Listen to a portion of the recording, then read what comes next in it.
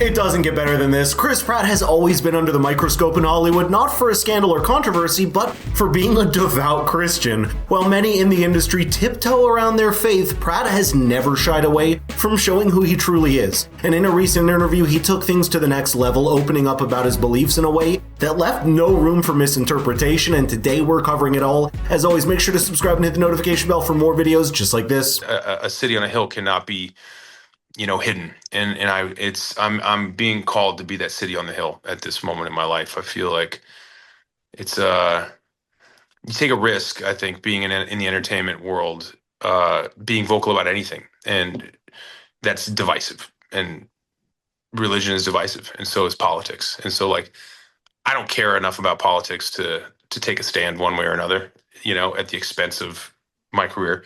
But I do care enough about Jesus to take a stand, even if it costs me.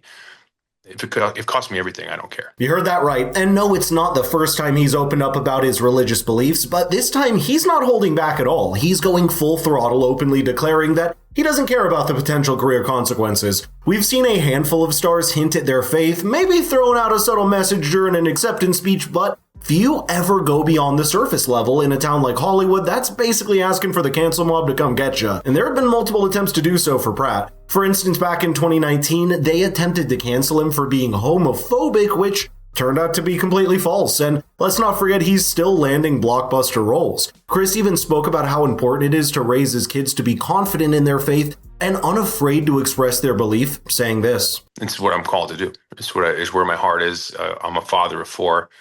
I want to raise my children up in with an understanding that their dad was unashamed of his faith in Jesus, and with a profound understanding of the power of prayer and the grace and the love and the joy that can come from a relationship with Jesus. That's something that's really important to me.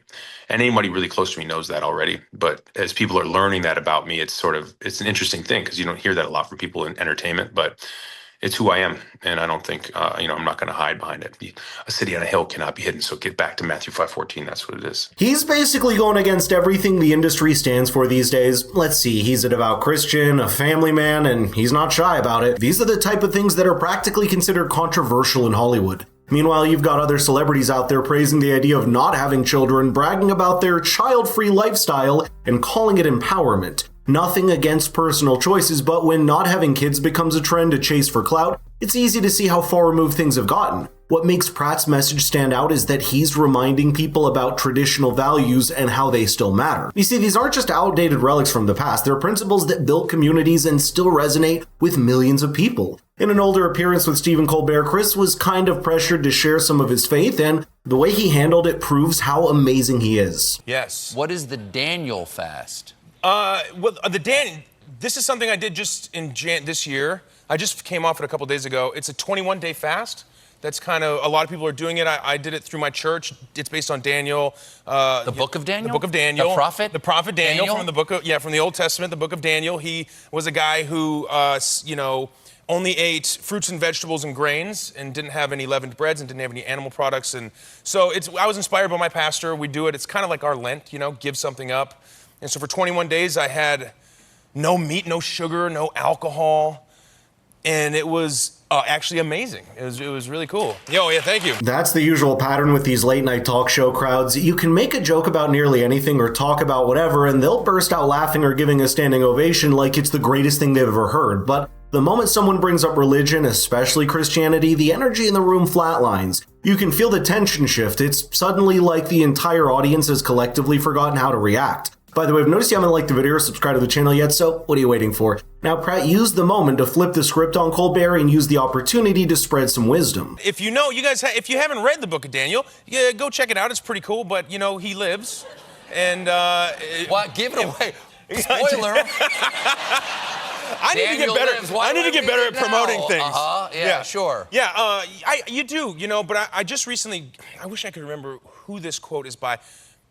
I'm going to post it after this because the name has slipped my mind right now. But there's this great quote that I actually heard in church, and it felt like it really appropriate, which was, if the spotlight that's shining on you is brighter than the light that comes from within you, it'll kill you.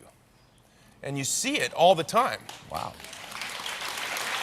And I like that. people in our position, people that are actors, you see it a lot, It's a real bright spotlight. Sometimes just having a self to share is what kills you.